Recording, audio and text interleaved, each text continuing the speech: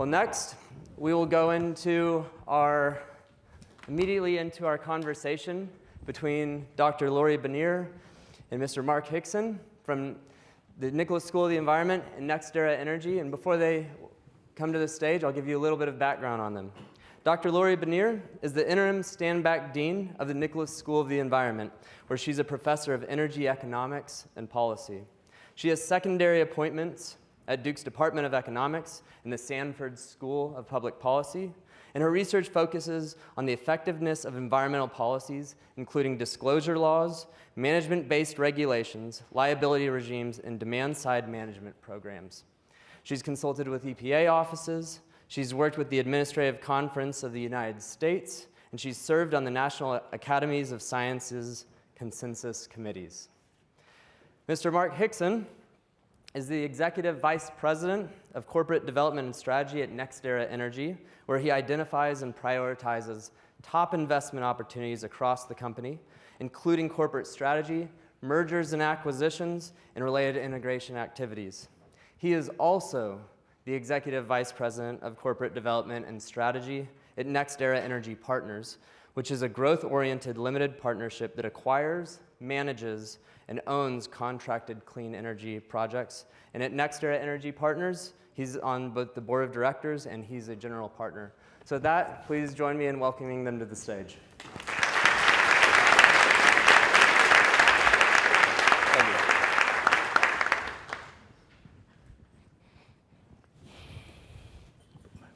Well, thank you all for being here, and thank you, Mark, for joining us for this event. I'm sure we're going to learn an enormous amount from this session.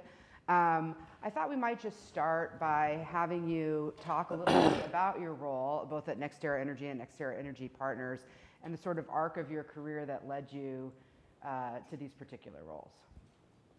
Okay, happy to do that. Good morning, everyone. So I started, working at NextEra goes back probably 20 years, maybe more than 20 years. So I started at business school. I wasn't lucky enough to attend Duke University's business school, but I did attend business school, and I ended up working at Merrill Lynch on Wall Street. I was there from 1996 to 2012, and this is probably before a lot of you all will remember, but in the mid-90s, everyone wanted to work on telecom, media, and technology. We were hearing about Yahoo, we were hearing about Google, and in about 97, 98 time frame, which was 1 to 2 years after the deregulation of the utility sector, there was a wave of M&A transactions. And so I ended up working on one of the first M&A transactions that Merrill Lynch did. And as a result of that being one of the first for the firm, I immediately became the expert. So I ended up almost working on energy transactions by default. So from 1998 till 2012, I worked in the energy sector, and one of my clients became NextEra at the time. It was called FPL Group. A former CEO who just retired last year, he started at the company in 2001, and it was a good client of Merrill Lynch, and so we ended up doing a lot of work for them. In about 2004, he realized that where I grew up as a child, where I went to elementary school, junior high school, and high school, was 15 minutes from the company's headquarters. Mm. So, and I had never, and I left West Palm Beach, Florida at 17 years old. I was like, you know what, I'm never coming back. There's more to life, and so I went to Texas A&M, I worked at Boeing in Seattle, and then I came back to New York, and I never thought that I would be back in Florida. But starting in 2004, 2005, he started recruiting me, and I finally joined in 2012. It's the first time I know this picture's on the website. It's the first time I've seen it in a while. This is like 11 years ago. So I'm like, wow, I looked good back there. So, but I came on board in 2012, and my responsibilities at first were pretty kind of narrowly focused on M&A, because when I worked on Wall Street, I was in M&A the entire time. So for 15 years, I was in M&A. And my responsibilities have evolved over time. So I had probably 15 to 20 people when I first started, all doing corporate development, M&A strategy. And 2 years later, we took a second company public. And I always remember when I was on Wall Street, and it was in the late 90s and early 2000s, and Google went public, and I was watching them ring the closing bell, and I said, I want to do that someday. So it was pretty cool to do that in 2014. And then I ended up getting on the board of our second public company, which I'm still on the board. And so then I took over responsibility for all of the employees in that second publicly traded company. I've also taken responsibility for all of our insurance activities, which are about half self-insurance. We have $200 billion of assets, and the other half is we provide third-party insurance.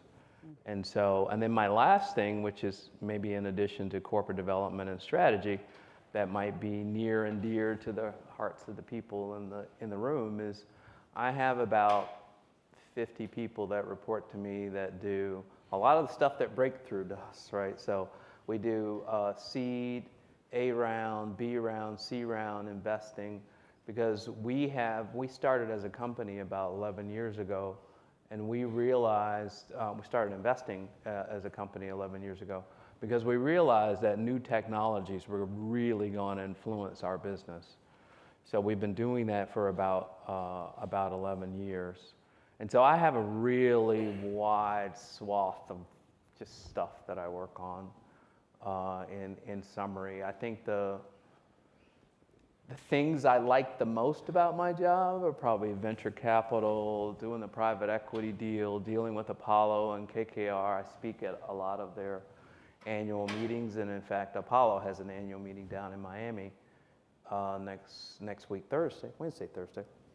And so that's what I love to do. It's still that my boss, the CEO, loves for me to do M&A, and I just did 2 transactions. One at the end of September was $1 billion. One on Monday, which was $2 billion, and that's kind of my bread and butter. Mm-hmm. So I like that the least. They like that the most. I like everything else more than that. So. Great.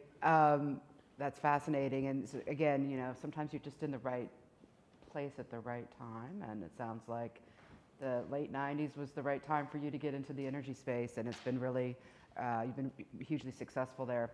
So the theme of the conference is really about disruptive technologies. And often when folks think about that in the energy space right now, they're thinking about decarbonization particularly of the electricity sector, which seems like it's right in NextEra's wheelhouse. So what are the sort of breakthrough technologies or key strategies that NextEra is looking at in that decarbonization of electricity space? Yeah, so the core of it is really, we were a first mover in wind. We've been doing it for about 25, 30 years. And so we have huge market share in the wind sector. When we report, we kind of say it's 20%, but for the customers that we target, it's probably 40, 50%. We are very focused as a company, whether it's wind or solar or storage. So we're number 1 in wind, number 1 in solar, number 1 in storage.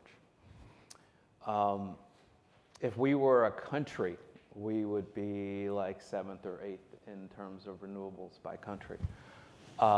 So we are extremely focused on new technologies that may help us to do our business at a lower cost. So, for example, wind, solar, and storage is about 20% of electricity generation today.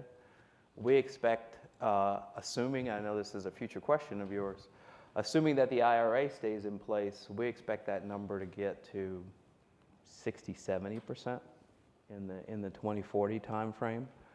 And so we have been very focused on how can we build more wind, more solar at lower cost. And so when I started here at the company about 11 years ago, when you looked at the footprint of the number of people that we had covering a wind site or a solar site, that has been reduced tremendously because we've invested in technology. So for example, we have drones that fly a line, because a lot of times when you're going out, when there's a problem, you send someone out and they're just looking for something that's visually doesn't look right. And so you can do that with drone. We're doing more imaging technology and those types of technologies.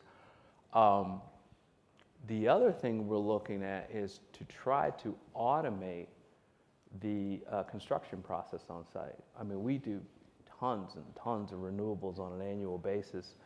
And during the construction phase, we have a lot of people on site. As I mentioned, operational, we have like 1 or 2 employees that can cover a large region because we're doing it remotely. We're doing it with drones. We have a central control center of command. And so what we're working on now is how do we automate the construction process? How can we get fewer people as part of that construction cycle? So that's a big part generally. The other thing that we're looking at from a technologies perspective, not so much with wind, but much more with solar and storage, is you all may have seen that because of the tremendous demand for renewables, it's been driving up the prices of raw materials. So lithium, other kind of rare earth metals have been doubled, tripled in price. And so we have, in a lot of our investments, we're looking at, can we build new batteries without relying on those rare earth materials? Same thing in solar. The price of PV panel, solar panel, has gone through the roof. We've actually come across 1 or 2 technologies that might allow us not to continue to use PV solar panels in a much more efficient basis. So, and that is all in addition to trying to onshore all of our supply. So some of you may know that the cost of materials for wind, for solar, for storage are much more expensive in the U.S. than outside of the U.S. So we, like a lot of other companies, unfortunately, we go to the Middle East, we go to Asia. And so with in the recent kind of 5 to 7 year time frame, there's been a much more of a drumbeat in the federal government for people to bring those jobs back to the U.S. And so up until last year, they were kind of doing it with a stick. They were putting tariffs on imports of materials. And with the IRA, they also have a carrot. So they say, if you build in the U.S., we will actually allow you to have a tax credit. But notwithstanding the fact that there are tariffs from certain countries to import, and there's credits for building in the U.S., it's still more economic to export, to import from outside of the U.S. So we're very focused on how can we fully manufacture cost effectively in the U.S. How can we drive our costs down of construction for our renewable facilities, and then the operations we've been working on a pretty continual basis. Great. Really fascinating stuff, and interesting contrast between the incentives to sort of bring jobs back and also the financial incentives to be lowering costs, which result in automation and use of technologies that reduce labor. So really interesting tensions there. So when we talked last week before this, we talked about how while we might first think about disruption in electricity and decarbonization, it's not just about that. That there's actually really a lot of interesting action in what we tend to describe as hard to decarbonize industries, cement, steel, other things. And so, what is NextEra looking at strategically in those industries? Yeah. So if you go back and look at our June investor presentation last year, we intentionally said that we want to play a role in the decarbonization of the entire U.S. economy, because we have been playing a significant role in the decarbonization of the electricity sector. And we want it to be a lot more broad than that, because almost every industrial process it uses energy, and it's mostly fossil. So we've been looking at a number of really interesting technologies that we think can allow us to decarbonize other areas outside of the electricity sector. So for example, we invested in a company called Monolith. They're based in Nebraska. They make a material that's called carbon black, which is used for car tires. And we, like everyone else, has been looking at the various technologies of electric vehicles. You know, the transition from fossil fuel vehicles to natural gas vehicles, renewable natural gas vehicles, hydrogen vehicles. But the thing I love about Monolith is no matter what technology you're using to power the car, you need tires. So it was something that I was really interested in. And so right now they use fossil fuels to make their carbon black. It's a soot material that you actually use for the rubber for the car tire. And they have a pretty innovative way to use renewable energy. Combination, unfortunately, is a little bit of natural gas in the process, but to make the same material. And so we made an investment in them, because not only can you therefore make car tires in a much more decarbonized fashion, they also make a byproduct of ammonia. So hydrogen is used for ammonia. And so we're really excited about that. Another company we invested in a couple of years ago is called Infinium. They're based in Texas. And Infinium is trying to make green diesel, which is also really cool, right? You think about when you go to the gas station and you see the diesel there, it's like a fossil. And so you all may know that whether it's gasoline or diesel fuel, it's made up of a combination of carbon and hydrogen.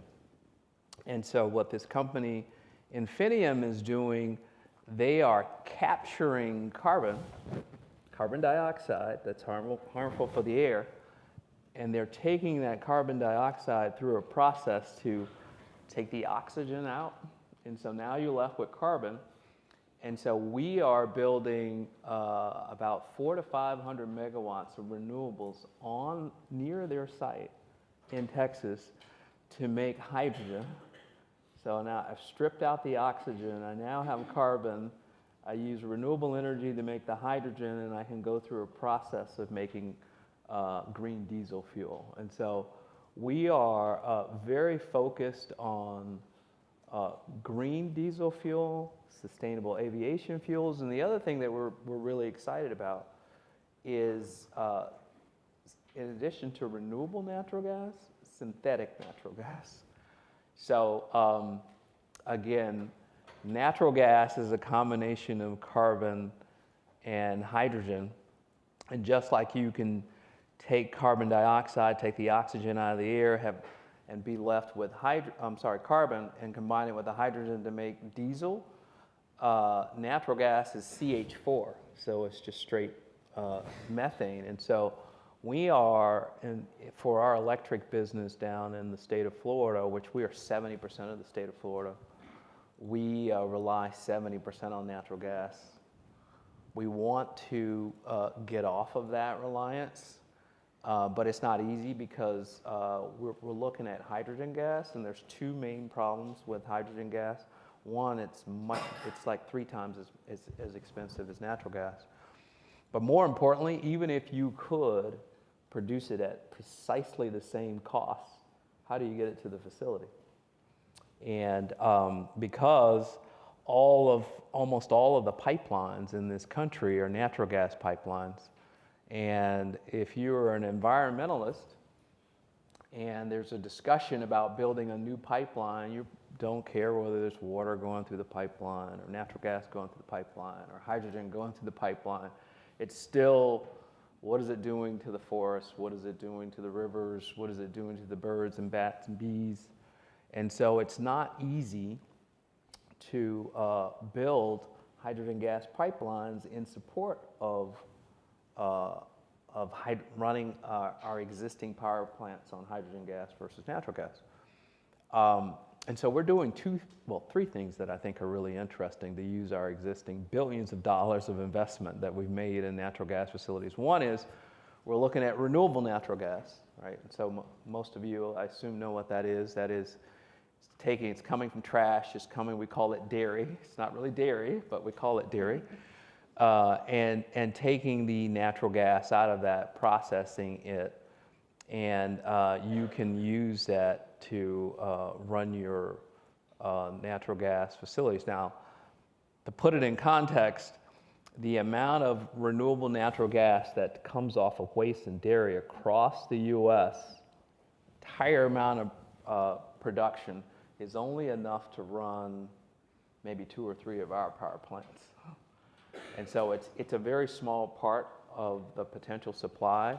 And so that's why we're excited about synthetic natural gas, because we think there's a fair amount of carbon dioxide to capture. We obviously want to build renewables to make hydrogen, and we're hoping that synthetic natural gas can be economic and plentiful for our existing natural gas plants. Now, if we can't get there, we made an investment in a company called Safeguard that has a really interesting way to line an existing natural gas pipeline to allow hydrogen gas to run through it in a cost-effective way. And so we're actually doing pilots for that in the state of Florida. So we are, when we started 25 years ago, we were running on coal and oil. We have reduced to zero our usage of coal and oil as of 2020, but we're not going to stop there, right? So we want to, in the next 20 years, fully reduce the natural gas, but we have to do it economically. I can't go to a customer and say, hey, this is green. I know it's double the cost, but it's green. Our CEO says that every customer, the conversation is 2 greens. If I can't tell you I'm going to save you money, you don't really care that it's green. And that may not be the case for every electricity customer, but I'll tell you, if you are, and hydrogen is used today for a number of industrial processes. And the cost of hydrogen is like $1.50 to $2 a kilogram. We decided about 5 years ago that we wanted to try and make green hydrogen for our industrial customers. They were very receptive to it. And we said, oh, you know what? Instead of $1.50 to $2, how about $6? They said, how about no? So that is why about 5 years ago, we spent years and years working the IRA bill to get a tax credit in for hydrogen to make green hydrogen economic with gray hydrogen and with the other forms of hydrogen. And to no surprise, we started signing up customers to take green hydrogen last year. So it is a combination of focus on new technologies, a combination of focusing on supportive regulatory policies, not only at the state level, but also on the federal level, but also this focus on supply chain. It's a tremendous focus because our supplies come from everywhere. Mm. Well, this leads nicely into the next question, which is about the Inflation Reduction Act. Huge change, external change to the business landscape in this space. And I'm curious, what the overall impact of the IRA is on strategy for NextEra. Is it, because of the tax credits, we're going to be able to do more faster, but sort of the same things we were already doing? Or is it actually enabling or encouraging investment in completely new directions? Yeah, it's it's interesting. It's a really complicated question because prior to the IRA, thank you for the time check. Prior to the IRA, we had tax credits expiring every few years for wind and solar. So our former CEO used to always say, he says, I love this. You know why I love it? Because the tax credits are expiring every few years. No one wants to get into the business because they don't know whether they can continue. And two, he said, I can have a going out of business sale every 2 to 3 years, or like these tax credits are expiring. So you guys may not remember this, but we had, as part of the Obama Investment Recovery Act, there was a long-term extension of tax credits to 2016. And we started building more and more and more and more renewables.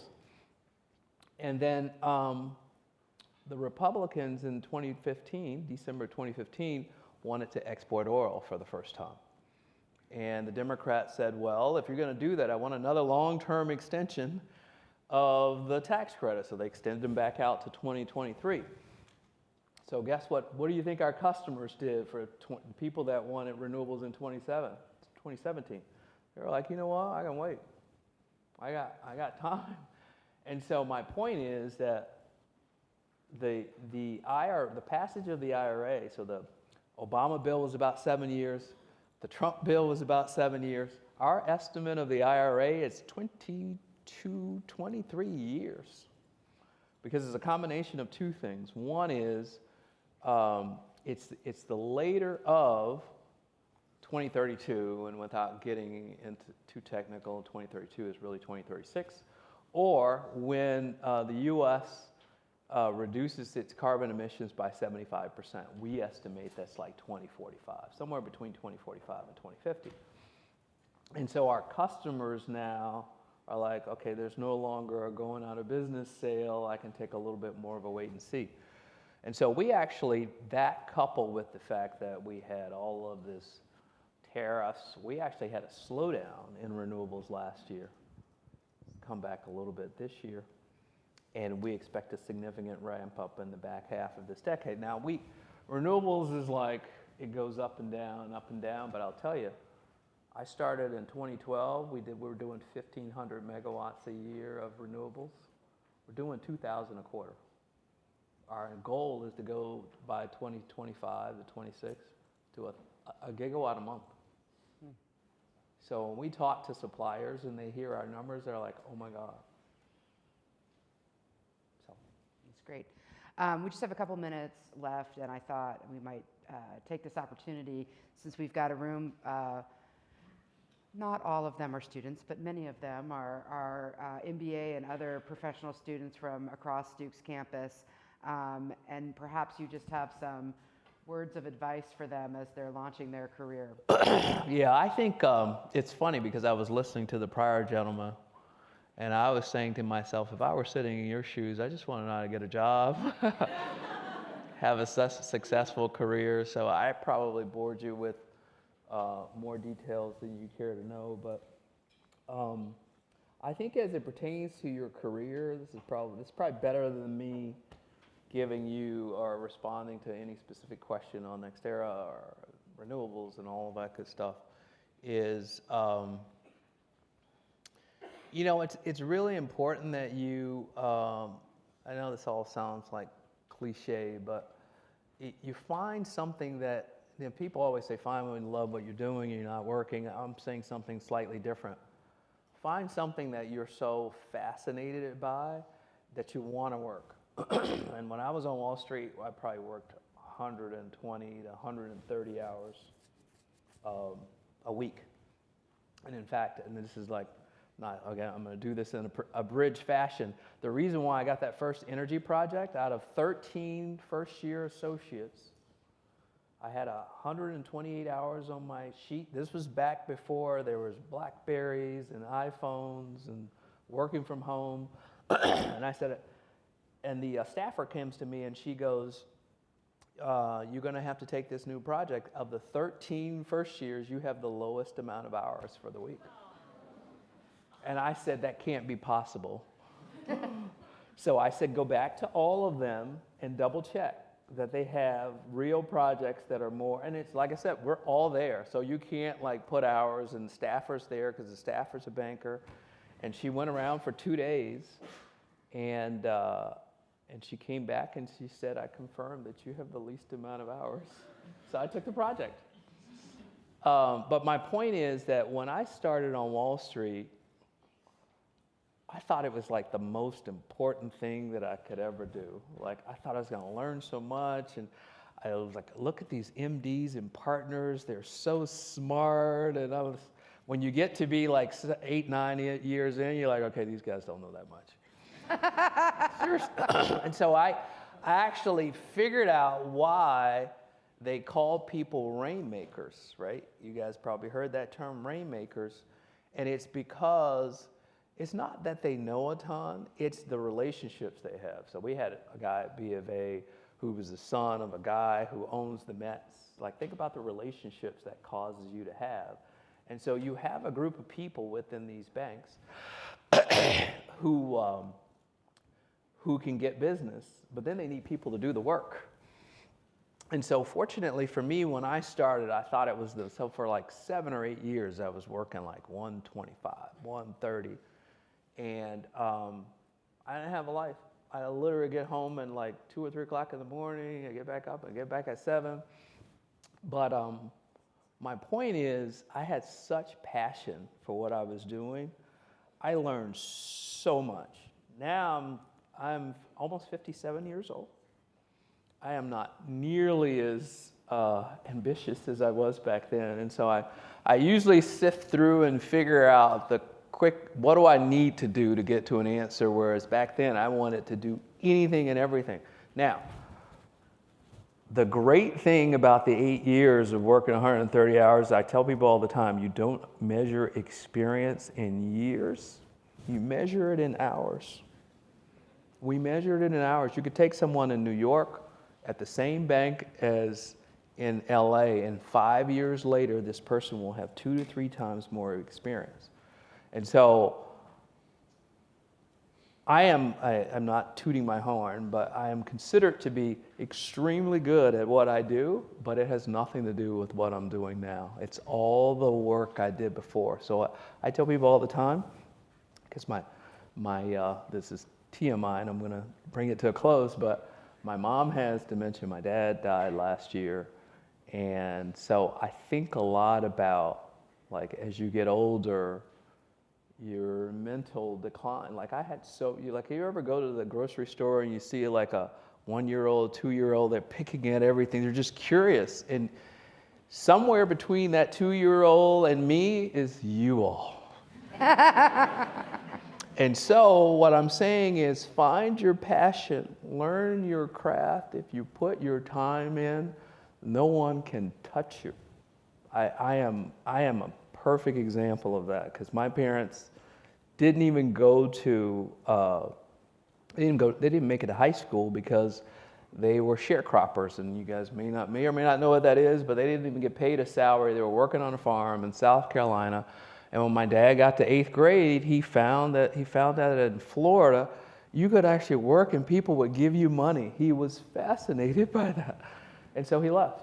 And so my point is, like, I came from extremely modest means. I have 6 kids.